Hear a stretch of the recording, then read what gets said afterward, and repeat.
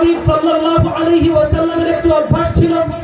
আল্লাহর হাবিব সাল্লাল্লাহু আলাইহি ওয়াসাল্লাম দেখতে পেলেন একটি রক্তের নদী, বহমান একটি রক্তের নদী। রক্তের নদীর মাঝখানে একজন ব্যক্তি হাবুডুবু খাচ্ছে। আল্লাহর হাবিব সাল্লাল্লাহু আলাইহি ওয়াসাল্লাম নামাজ শেষ করে প্রত্যেক নামাজের পরে আল্লাহর দরবারে কবরের আযাব থেকে পরিত্রাণ চাইতেন। বলেন সুবহানাল্লাহ। আল্লাহর নবী যদি কবরের আযাব থেকে পরিত্রাণ চাইতে পারে, যিনি মাসুম, যিনি জান্নাতি, যিনি কবরের আযাবের ব্যাপারে ভয় করার কথা নয়, উম্মতকে শিক্ষা দেওয়ার জন্য, উম্মতকে অবগত করানোর জন্য আল্লাহর হাবিব সাল্লাল্লাহু আলাইহি ওয়াসাল্লাম এমন এমন প্রার্থনা করেছেন। ঠিক কিনা বলেন? কেউ নাকি কবরের আযাবের ভয় প্রার্থনা করেছেন? নাউযুবিল্লাহি মিন যালিক। এমন চিন্তা চেতনা আমাদের অন্তরে জাগ্রত হতে পারে না।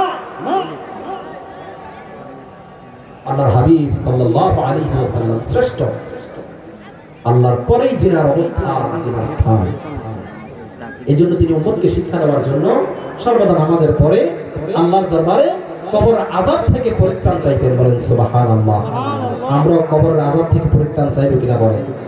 আল্লাহ আমাদেরকে কবরের আযাব থেকে পরিত্রাণ দান করুক। সবাই বলি আমিন। সম্মানিত সুদী, আল্লাহর হাবিব সাল্লাল্লাহু আলাইহি ওয়াসাল্লামের একটি অভ্যাস ছিল। সালাতুল ফজরের পরে সাহাবায়ে কেরামের সম্মুখ ঘুরে বসতেন, প্রশ্ন করতেন, ও সাহাবায়ে কেরাম, গত রাত্রে, এই রাত্রিতে তোমরা কেউ কোনো স্বপ্ন দেখেছো কিনা? সাহাবায়ে কেরাম বিভিন্ন স্বপ্নের কথা বলতেন। আল্লাহর হাবিব সাল্লাল্লাহু আলাইহি ওয়াসাল্লাম ওই স্বপ্নের তাবিরগুলো বলে দিতেন। বলেন সুবহানাল্লাহ। তারই ধারাবাহিকতায় একদিন আল্লাহর হাবিব সাল্লাল্লাহু আলাইহি ওয়াসাল্লাম প্রশ্ন করে বসলেন, ও সাহাবায়ে কেরাম, এই রাত্রিতে তোমরা কোন স্বপ্ন দেখেছো কিনা? সাহাবায়ে কেরাম বললেন, ইয়া রাসূলুল্লাহ, ইয়া হাবিবাল্লাহ, এই রাত্রিতে আমরা কেউ কোনো স্বপ্ন দেখি নাই। আল্লাহর হাবিব বলেন, আমি স্বপ্ন দেখেছি। আমার স্বপ্নের কথা আজকে শুনে যাও। বলেন সুবহানাল্লাহ। আমি আজকে রাতে স্বপ্ন দেখেছি, আমার স্বপ্নের কথা শুনে যাও। সুবহানাল্লাহ বলবেন না? আল্লাহর হাবিব বলেন, রে সাহাবায়ে কেরাম শুনে নাও, গত রাত্রিতে আমি স্বপ্ন দেখলাম দুইজন সুপুরুষ, অত্যন্ত সুন্দর আকৃতির মানুষ আমার নিকটে গমন করলেন। ওই আমাকে তুলে একটি পবিত্র ভূমির দিকে নিয়ে চললেন, পবিত্র দিকে নিয়ে চললেন। সম্ভবত সেটা শাম অথবা ইয়ামেন, সম্ভবত শামের দিকে আমাকে নিয়ে চললেন। কিছু যাওয়ার পরে আমি দেখতে পেলাম একজন ব্যক্তি বসা অবস্থায় আছে, আরেকজন ব্যক্তি লোহার করাত হাতে নিয়ে দাঁড়িয়ে আছে। আমি যখন তাদের কাছে গেলাম, আমি অবলোকন করতে পারলাম ওই লোহার করাত দিয়ে ব্যক্তিটা বসে থাকা ব্যক্তির চোয়ালের মধ্যে ঢুকিয়ে তার মাথা পর্যন্ত ছিঁড়ে দিচ্ছে।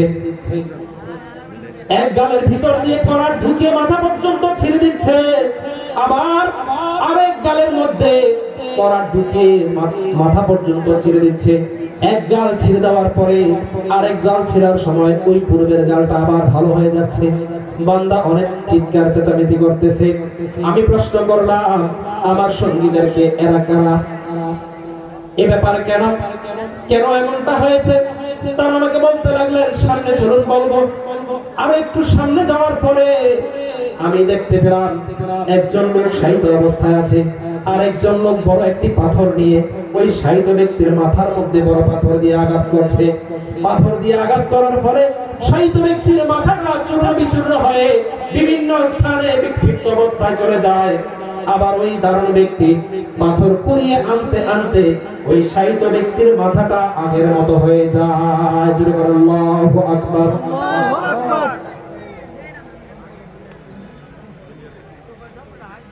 আল্লাহর হাবিব বলেন, রে আমার সঙ্গীরা, এরা কারা?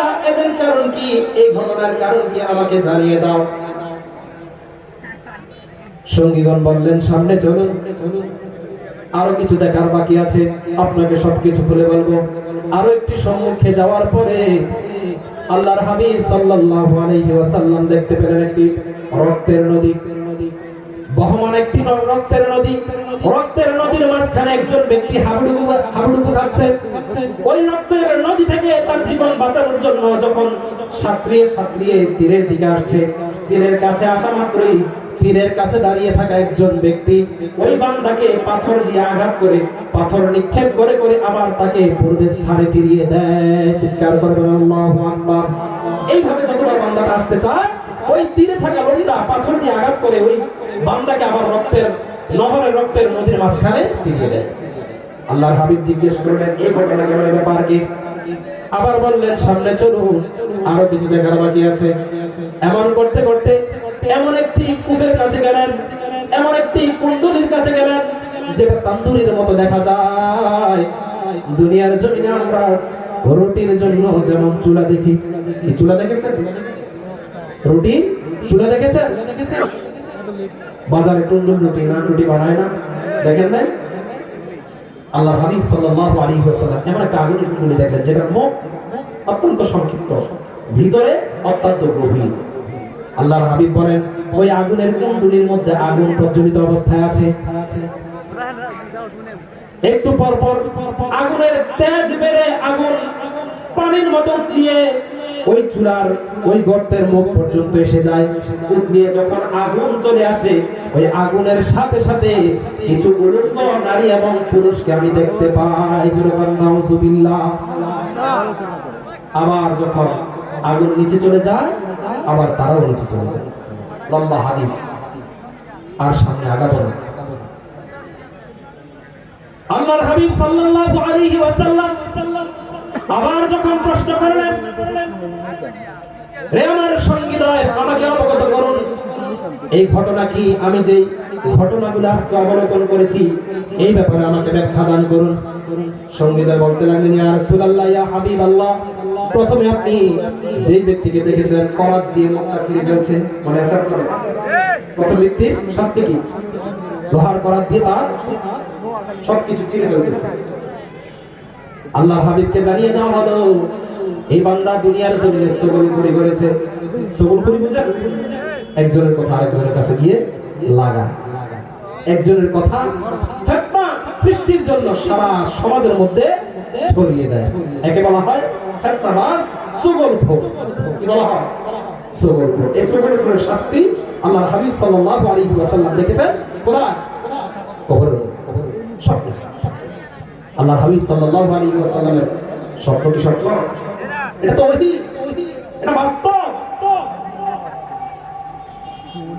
এরপরে আল্লাহর হাবিব সাল্লাল্লাহু আলাইহি ওয়াসাল্লামকে বলা হলো, ইয়া রাসূলুল্লাহ, ইয়া হাবিবাল্লাহ, দ্বিতীয়ত আপনি যে ব্যক্তিটাকে দেখেছেন তার মাথার মধ্যে বড় পাথর দিয়ে আঘাত করে তার মাথা চূর্ণ বিচূর্ণ করে ফেলা হচ্ছে। ওই ব্যক্তিটা হলো দুনিয়ার জমিনে ওই ব্যক্তি আমল ছেড়ে দিয়ে আল্লাহর নাফরমানিতে লিপ্ত ছিল, নামাজ পড়ে নাই, রোজা রাখে নাই, আল্লাহর আইনের বিরোধিতা করেছে, দুনিয়া নিয়ে মজমস্তি করেছে। এজন্য আল্লাহ পাক রব্বুল আলামিন ওই বান্দার জন্য এই শাস্তি কিয়ামত পর্যন্ত জারি রেখেছে। তৃতীয় যে ব্যক্তিটাকে আপনি ওই যে রক্তের নদীর মধ্যে দেখেছেন হাবুডুবু খাচ্ছে, ফিরে আসতে চাইলে তীরের একটা ব্যক্তি আবার পাথর নিক্ষেপ করে তার আগের জায়গায় ফিরিয়ে দিচ্ছে। ওই ব্যক্তিটা হলো দুনিয়ার জমিনের সুদখোর। সুদ খাওয়ার কারণে আল্লাহ পাক রব্বুল আলামিন কাল কিয়ামতের ময়দানে, হাসরের ময়দান কায়েম হওয়ার পূর্বে, বিচার দিবস শুরু হওয়ার পূর্বে ওই বান্দার জন্য এই আযাবের ব্যবস্থা রেখেছে। বলেন নাউযুবিল্লাহ। এরপর আপনি যে ব্যক্তিটাকে দেখেছেন, যেই উলঙ্গ নারী পুরুষদেরকে দেখেছেন তারা আগুনের কুণ্ডলীর মধ্যে পড়ে আছে, শাস্তি ভোগ করতেছে। ইয়া রাসূলুল্লাহ, ইয়া হাবিবাল্লাহ, আপনি জেনে নিন এরা হলো দুনিয়ার জমিনের ওই নিকৃষ্ট ব্যভিচারী জানাখোর নারী এবং পুরুষ। জুড়ে কর নাউযুবিল্লাহ। এই আযাবগুলা কোথায় হচ্ছে? কবরে। কোথায় হচ্ছে? কিয়ামত শুরু হওয়ার পূর্বে, বিচার কার্য শুরু হওয়ার পূর্বে।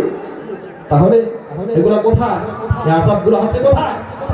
কবরে। আযাবগুলো কবরে হচ্ছে।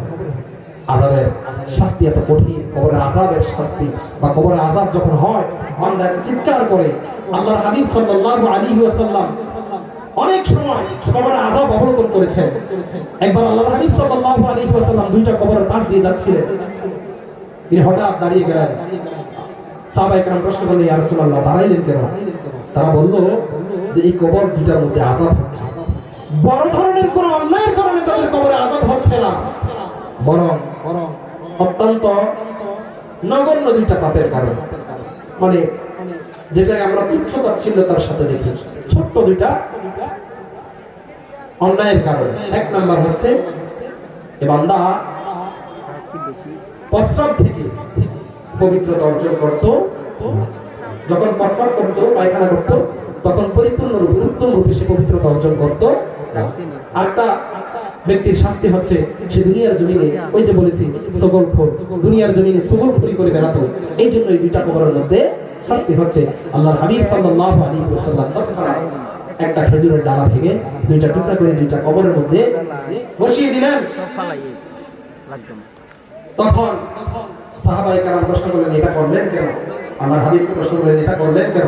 তখন তিনি বললেন যে আমি আশা করি এই দুইটা ডাল শুকনো হওয়া পর্যন্ত তাদের কবরের আযাবকে আল্লাহ পাক রব্বুল আলামিন হালকা করে দিবেন। বলেন সুবহানাল্লাহ। এরপরে কবরের আযাবের বিষয়ে সাহাবায়ে কেরামকে অবগত করার জন্য বলছেন, ও সাহাবায়ে কেরাম শুনে নাও, আমি কবরের আযাব শুনি, দুনিয়ার জিন ইনসান ব্যতীত সবাই শুনে।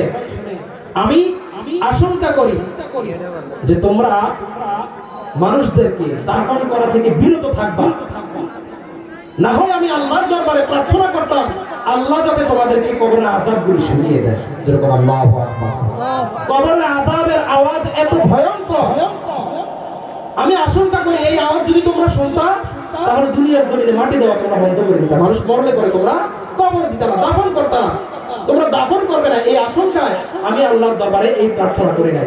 আল্লাহ পাক রব্বুল আলামিন আমাদের সকলকে এই কবরের আযাব অনুভব করে কবরটা যাতে আযাব মুক্ত হয়, নাম কানাউমিল আরুস দুলার ন্যায় যাতে কবরে ঘুমাতে পারি, এমন জিন্দেগি যাতে আমরা দুনিয়ার জমিনে গঠন করে যেতে পারি।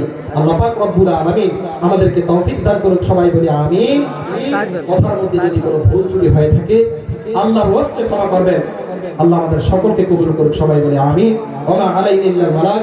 আসসালামু আলাইকুম ওয়া রাহমাতুল্লাহি ওয়া বারাকাতুহু।